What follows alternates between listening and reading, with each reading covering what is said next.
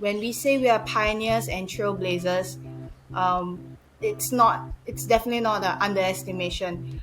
There's no model to improve upon. We are creating the model, we are inventing the wheel.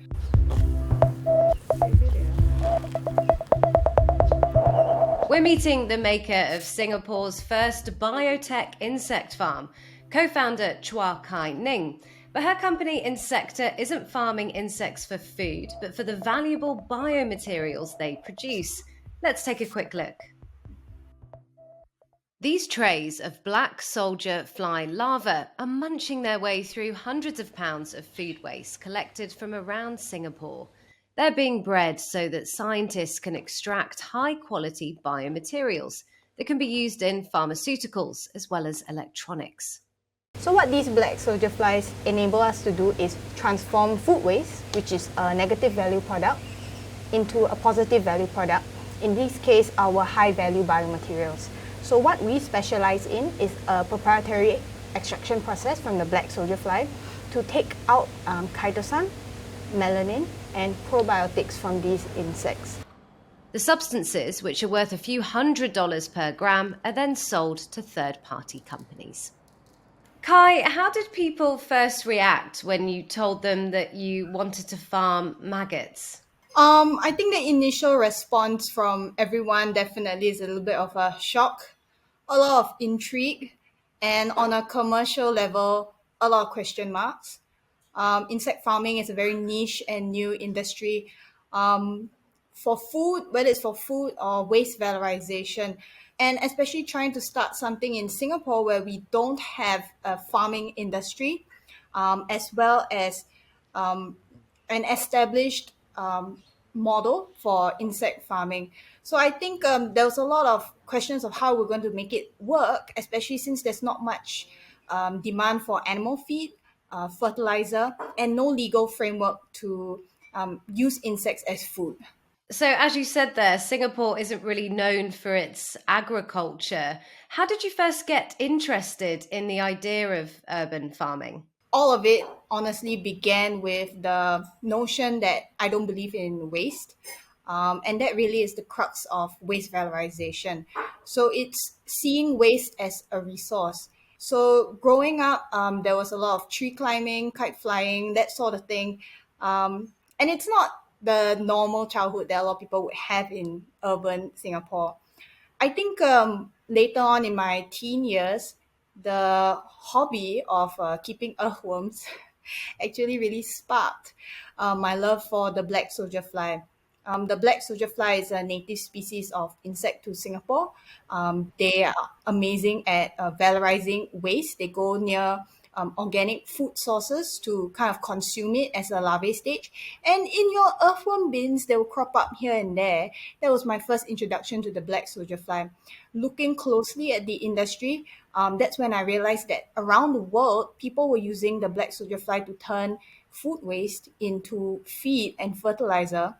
And that really sparked the whole idea of Insecta. What if you could bring that to Singapore? And it sounds like you had some enormous challenges to try and launch the business. Tell me a little bit about what those early days were like. Well, like I mentioned, we are not a farming society. There isn't much social, cultural, economic, or legal framework for doing farming and kind of forwarding innovations in farming. And when we first began, I think one of the biggest challenges was drawing up the legal framework for insect farming. We wanted to start Singapore's first insect farm, but there was no license for it.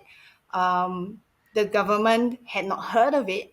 So in the early days, a lot of it was really working very closely with whatever government agencies were available to draw up the proper framework to start insect farming. But as the company moved on, we soon realized that creating agriculture products for a non-agricultural society was going to be a big challenge, which led us to dig deeper into what more value we can extract out of the black soldier fly. And that's where our main business model was born, extracting the high value biomaterials from this amazing insect. So it sounds like in the beginning there was a lot of trial and error as you figured things out. How did you navigate all of that? Did it help to have the right people around you? Lots and lots and lots of trial and error for sure. When we say we are pioneers and trailblazers, it's definitely not an underestimation. There's no model to improve upon. We are creating the model, we are inventing the wheel, so to speak. So yes, the right team really helps.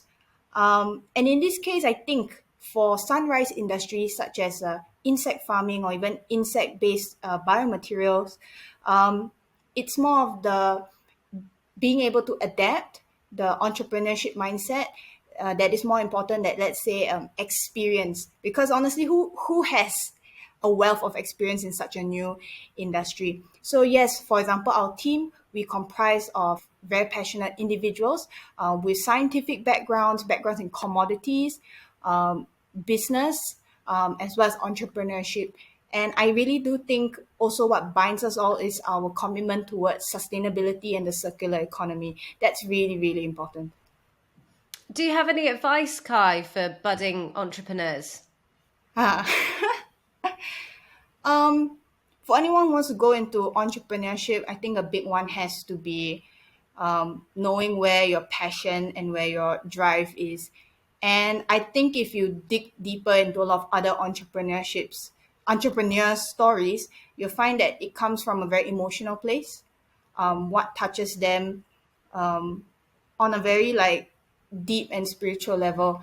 And on my end, I do think that the love for my environment and waste valorization really spurred that. So it is not so much about going out there and like trying to dig about what pain points society has or the economy has, because if you enter an industry that you don't have any passion or drive for, you're not going to last very long. And everyone knows that the route in entrepreneurship is tough, whether you are doing something new, like in sector, or trying to improve upon what other people have already done. So definitely it would be to find something that drives you so you don't have to work so hard to find that motivation.